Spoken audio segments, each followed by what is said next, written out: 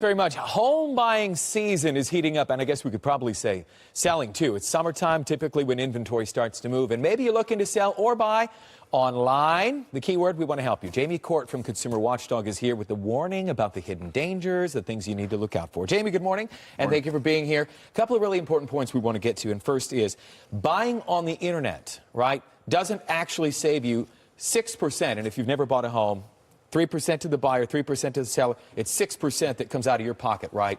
Talk about that. Well, that's the thing, is it offers this huge promise, right? You're going to go on the internet, you're going to bypass the brokers. Well, the reality is that this doesn't happen. Most of these sites that you use are owned by brokerages. You're going to wind up paying 5 or 6%. A lot of them are independent, but there's usually something behind what they're telling you, and especially if it's too good a deal to know. Okay, so you see an ad and they say 1%, and we don't have to name the names. You've probably seen the commercials and ads, and you know, a listing fee or a selling fee. It sounds pretty enticing, especially given home prices in California are no joke, right? But there's usually a realtor attached to it, and that's where you're talking about. That's the rub, right? There's almost always a realtor in the closet, because we do see this 1% listing fee or sell for free, which you know is not going to be true. And what happens is there's something called the MLS.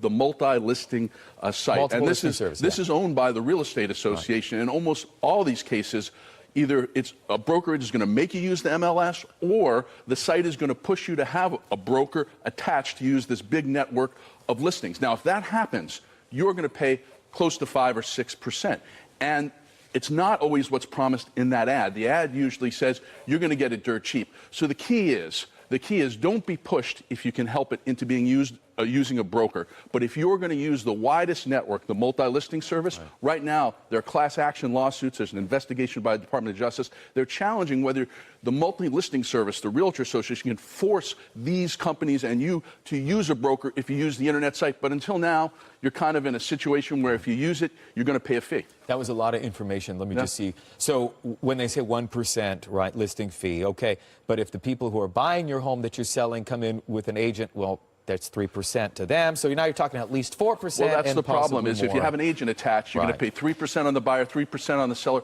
But there are some ways around it. And there are sites like Zillow that don't use this real estate association multi-listing service, so you don't have a broker attached, but they're not full service. There's companies like Open Door. There's a company called Rex that is actually 2%. You can do this for 2% if you're savvy, but they're smaller companies. They're not going to have access to this multi-listing service. So if you want to save the money, you got to do your shopping, and you got to make sure that there's not a broker waiting in the closet, a fee you don't know about it, and you're really getting what that ad says. All right, so Rex is piqued my interest, and maybe yours at home. You're thinking, oh, well, what's that? So they don't participate in MLS, where you see all the listings, but there's only something like 3,000 listings. So to me, that seems like small pond, no fish. Well, that's the question. Why go there? Well, because you're paying 2% rather than 6%. But nobody's seeing. Well, I don't know that that's true. I think that if you have a home that's in a desirable in a buyer's market like L.A., and these are high-end homes a lot of times, they are ultimately the disruptor in this whole market. They are trying to break into the MLS market. So it's really a question of whether you want to save the money, whether you think your house is going to sell, and ultimately the way these networks expand is by more people using them. But what you have to know is you could use even a Redfin. If you push back against having an agent attached, you might be able to do it for 2%. But you've got to push, and companies like Rex are growing. They're doubling every year, and they're doubling because they're effective.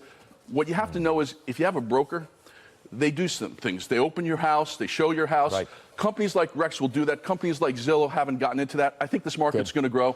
People just have to be aware when they shop. Leave me with this, real brief. Biggest mistake sellers make, biggest mistake buyers make, and we got to leave Not pushing back. Not pushing back for a better deal. Not challenging assumptions, whether it's in your closing costs or whether it's in the cost of a realtor that comes with a website that's not supposed to have it. Okay, Jamie, website, consumerwatchdog.org. And if you got a complaint, file it, because we do a lot of these cases with bait and switch websites, false and we're happy to hear complaints. All of that again. So that's consumerwatchdog.org. Jamie Court, Consumer Watchdog, thank you so much for being here. Good information. Thanks, Dan. Come on back.